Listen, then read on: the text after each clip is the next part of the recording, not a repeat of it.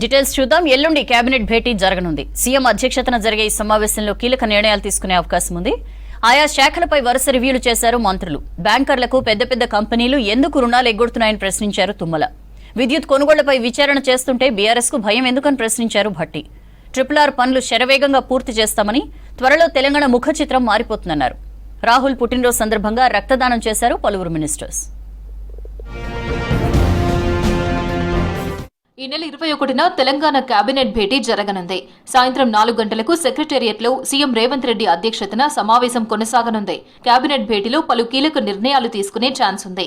రైతు రుణమాఫీపై చర్చించి నిర్ణయం తీసుకోనున్నారు.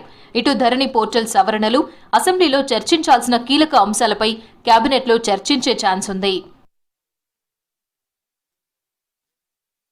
విద్యుత్ కొనుగోళ్లపై నిండు సభలో న్యాయ విచారణ కోరిన మాజీ మంత్రి జగదీష్ రెడ్డి ఇప్పుడు విచారణ జరుగుతుంటే ఎందుకు ఆందోళన చెందుతున్నారో అర్థం కావడం లేదన్నారు డిప్యూటీ సీఎం భట్టి విక్రమార్క. రాష్ట్రంలో సంపద సృష్టించి ప్రజలకు సంక్షేమ పథకాలు అందజేస్తామని తెలిపారు. ఇటువంటి భారీ ప్రాజెక్టులు కట్టినప్పుడు టెక్నికల్ గా సౌండ్ అంటే నాలెడ్జ్ ఉన్నటువంటి వాళ్ళ ఆలోచన విధానాలపైన మనం నిర్ణయాలు చేస్తే అవి క్షేమంగా ఉంటాయి. సాక్షాత్తు ఆయన విద్యుత్ శాఖ మంత్రిగా పనిచేసిన ఆయన ఆ పార్టీకి సంబంధించిన అడిగిన మేరకు గౌరవించి వేసాము. ఆ వేసింది కూడా మేము నియమించింది కాదు కదా, it is judicial enquiry. RRR నిర్మాణంతో తెలంగాణ ముఖ చిత్రమే మారుతుందన్నారు కోమటిరెడ్డి వెంకటరెడ్డి. RNBపై సమీక్షించిన మంత్రి కీలక విషయాలు ప్రస్తావించారు. ORR నిర్మాణంతో నగరాన్ని ఇన్వెస్ట్మెంట్ హబ్ గా మార్చామన్నారు. హైదరాబాద్ విజయవాడ రోడ్డులో ఎక్కువగా ప్రమాదాలు జరుగుతున్నాయని, హైవేలో రోడ్ సేఫ్టీకి చర్యలు తీసుకుంటున్నామని చెప్పారు మంత్రి వెంకటరెడ్డి. హైదరాబాద్ విజయవాడ 6 లేన్ గా చేయడం, 5,600 కోట్లతోని హైదరాబాద్ బెంగళూరు ఇప్పుడు గ్రీన్ ఫీల్డ్ హైవే కూడా త్వరలో పనులు ప్రారంభమవుతున్నాయి. DPR అవుతున్నది. ఇప్పుడున్న రోడ్డుని మోడర్నైజ్ చేస్తూ హై స్పీడ్ రోడ్డుగా గ్రీన్ ఫీల్డ్ రోడ్డు 5,600 కోట్లతో ఆ డిజైన్ చేస్తున్నప్పుడు అక్కడక్కడ జడ్చర్ల కానీ ఎక్కడైనా అవసరం వస్తే సార్ బైపాస్ రోడ్ పెట్టే ఛాన్స్ ఉందా చూసి ఆలోచించి 5,600 కోట్లు ప్రపోజల్ ఉన్నది. ఉద్యోగాల కోసమే రాష్ట్రం సాధించుకున్నామన్నారు మంత్రి ఉత్తమ్ కుమార్ రెడ్డి. గత 10 ఏళ్లలో ఉద్యోగాల భర్తీని నిర్లక్ష్యం చేశారని బీఆర్ఎస్ ప్రభుత్వాన్ని విమర్శించారు. సూర్యాపేట జిల్లా హుజూర్నగర్ లో పర్యటించారు ఇరిగేషన్ మంత్రి ఉత్తమ్ కుమార్ రెడ్డి. రామస్వామి గట్టు దగ్గర ITI కాలేజ్ నిర్మాణానికి శంకుస్థాపన చేశారు. నాకు వ్యక్తిగతంగా అత్యంత బాధ కలిగించేది నిరుద్యోగ సమస్య. ఒక స్కిల్ డెవలప్మెంట్, ఒక ట్రైనింగ్, మన పిల్లలకి వారికి బంగారు భవిష్యత్తు ఉండాలని చెప్పి ప్రయత్నంలో భాగంగానే ఇక్కడ ఈ గవర్నమెంట్ ITI నిర్మాణం చేస్తున్నాం. ఇక్కడ టాటా టెక్నాలజీస్ వాళ్ళది కొలాబరేషన్ తో రాష్ట్ర వ్యాప్తంగా 2,400 కోట్ల రూపాయలతో ప్రభుత్వము కొన్ని లక్షలాది మంది యువతకి skill training, advance skill training ఇచ్చి వాళ్ళకు ఉద్యోగాలు కల్పించే ఒక మహత్తర ప్రయత్నం. రాష్ట్ర స్థాయి బ్యాంకర్ల సమావేశంలో మంత్రి తుమ్మల నాగేశ్వరరావు ఇంట్రెస్టింగ్ కామెంట్స్ చేశారు. బ్యాంకర్లు రూల్స్ ప్రకారం లోన్లు ఇస్తే కొన్ని పెద్ద కంపెనీలు కోట్ల రూపాయలు ఎలా ఎగ్గొడుతున్నాయని ప్రశ్నించారు. దీనివల్ల బ్యాంకర్లపై ఉన్న విశ్వసనీయత తగ్గే ప్రమాదం ఉందన్నారు. పేదలకు పెద్దలకు ఒకే రకమైన న్యాయం ఉండేలా వ్యవహరించాలన్నారు తుమ్మల. దశాబ్దాలుగా అన్ని ప్రభుత్వాలు రైతే రాజు రైతే వెన్నెముక అని చెప్తున్నాం, నడుస్తూ ఉంది. కానీ కొన్ని ఫిగర్స్ చూస్తే భయం వేస్తుంది. 1,000 కోట్లు, లక్షల కోట్లు మన బ్యాంకుల దగ్గర నుంచి తీసుకొని ఇప్పుడు వాళ్ళు మనుషులు కనపడట్లేదు. మీకున్నటువంటి నిబంధనల ప్రకారంగా ఇస్తే ఇన్ని లక్షల కోట్లు వాళ్ళు ఏ రకంగా ఎగ్గొట్టగలుగుతున్నారు అనేది సామాన్య ప్రజల మస్తిష్కంలో ఉండేటటువంటి ప్రధాన సమస్య. రాష్ట్రంలో నాణ్యమైన డాక్టర్లను అందించడమే ప్రభుత్వ లక్ష్యమన్నారు మంత్రి దామోదర రాజనరసింహ.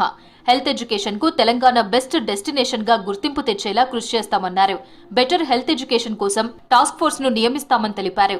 రాష్ట్రంలోని ప్రైవేట్ మెడికల్ కాలేజీల యాజమాన్యం, డీన్లు, ప్రిన్సిపల్లతో సమావేశమయ్యారు వైద్యారోగ్య శాఖ మంత్రి దామోదర రాజనరసింహ. రాష్ట్రంలో పనిచేస్తున్న వర్కింగ్ జర్నలిస్టులకు ఇళ్ల స్థలాలు ఇచ్చేందుకు త్వరలోనే కొత్త పాలసీ తీసుకొస్తామని ప్రకటించారు మంత్రి పొంగులేటి శ్రీనివాసరెడ్డి. ఖమ్మంలో TUWJ రాష్ట్ర తృతీయ మహాసభలకు ముఖ్య అతిథిగా హాజరయ్యారు పొంగులేటి. జర్నలిస్టుల అక్రిడేషన్ మరో 3 నెలలు పొడిగిస్తున్నామని చెప్పారు. గతంలో జీవోలిచ్చి ఆ జీవోలిచ్చినవి న్యాయస్థానాల్లో కొన్ని విషయాల్లో ఇబ్బందులుండి ఆగిన అంశాన్ని యుద్ధ ప్రాతిపదిక మీద అతి కొద్ది రోజుల్లోనే ఆ ల్యాండ్ మీకు హ్యాండ్ ఓవర్ చేయటం జరుగుతుందని ఈ వేదిక మీద నుంచి గౌరవ చైర్మన్ గారితో పాటు సభ్యులకు తెలియజేస్తున్నాను. ప్రజల సంక్షేమం అభివృద్ధి లక్ష్యంగా కాంగ్రెస్ ప్రభుత్వం పనిచేస్తుందన్నారు మంత్రి సీతక్క. ములుగు జిల్లా ఇంచర్లలో మెగా జాబ్ మేళా ప్రారంభించారు. త్వరలోనే స్కిల్ డెవలప్మెంట్ సెంటర్ను ఏర్పాటు చేస్తామన్నారు. ప్రభుత్వ ఉద్యోగాల నోటిఫికేషన్లు కొనసాగుతున్నాయన్నారు సీతక్క. ఒక 2000 మంది వరకు జాబ్ ఇస్తామని కంపెనీలు వచ్చినాయి. ఆ పిల్లలలో కూడా కనీసం 1000 మంది పోయినా చాలా సంతోషం. ఎందుకంటే ఇంటి మీద తల్లిదండ్రులకు భారం అయ్యే కంటే, వాళ్ళు ఏం బాధ్యత లేకుండా రకరకాల వ్యసనాలకు అలవాటయ్యే కంటే ఏదో ఒక పని చేసుకోవడం అనేది ఇంపార్టెంట్ అనే ఉద్దేశంతో పిల్లలకు ఉద్యోగ అవకాశాలను కూడా పెట్టడం జరిగింది. ఢిల్లీలో పర్యటించారు రవాణా శాఖ మంత్రి పొన్నం ప్రభాకర్. పలువురు కేంద్ర మంత్రులతో ప్రత్యేకంగా భేటీ అయ్యారు. ముందుగా కేంద్ర బొగ్గు గనుల శాఖ మంత్రి కిషన్ రెడ్డిని మర్యాదపూర్వకంగా కలిసిన పొన్నం రాష్ట్ర అభివృద్ధికి సంబంధించి పలు అంశాలపై చర్చించారు. రాష్ట్ర ప్రయోజనాల కోసం కృషి చేయాలని కోరారు. ఆ తర్వాత కేంద్ర నైపుణ్య అభివృద్ధి శాఖ మంత్రి జయంత్ చౌదరితో భేటీ అయ్యారు. నైపుణ్య అభివృద్ధి కేంద్రాలపై జయంత్ చౌదరితో చర్చించారు. ఎన్డీఏ ప్రజా వ్యతిరేక విధానాలను పార్లమెంట్లో ప్రశ్నిస్తామన్నారు మంత్రి కొండా సురేఖ. రాష్ట్రంలో ప్రజాపాలన కొనసాగుతోందని చెప్పారు. రాహుల్ గాంధీ పుట్టినరోజు సందర్భంగా సంగారెడ్డి జిల్లా పటాన్చెరు ప్రభుత్వ హాస్పిటల్ ఆవరణలో కేక్ కట్ చేశారు. భారత్ జోడో యాత్ర చేసి మరి ప్రజల సమస్యలను ప్రత్యక్షంగా చూసినటువంటి వ్యక్తి. మరి ఆ ఉద్దేశంతో ఆయన ఆలోచనలతోటే ఈరోజు కాంగ్రెస్ మేనిఫెస్టో తయారు చేసి 6 గ్యారంటీలను అమలు చేసే కార్యక్రమానికి మన తెలంగాణ గడ్డ మీద శ్రీకారం చుట్టడం జరిగింది. రాహుల్ గాంధీ పుట్టినరోజు సందర్భంగా శుభాకాంక్షలు తెలిపారు సీఎం రేవంత్ రెడ్డి. సమాజంలో నెలకొన్న అసమానతలకు వ్యతిరేకంగా పోరాడే వ్యక్తిత్వం ఉన్న నాయకుడు రాహుల్ గాంధీ అని ట్వీట్ చేశారు. వెనుకబడిన వర్గాల వారికి అండగా ఉండే గొప్ప నేత అన్నారు. త్యాగం, వారసత్వం, పోరాటమే ఆయన ధ్యేయమన్నారు. దేశ ప్రజల ఆకాంక్షలను నెరవేర్చే ఏకైక నాయకుడు రాహుల్ గాంధీ అన్నారు రేవంత్ రెడ్డి. రాహుల్ పుట్టినరోజు సందర్భంగా గాంధీ భవన్లో మంత్రులు రక్తదానం చేశారు.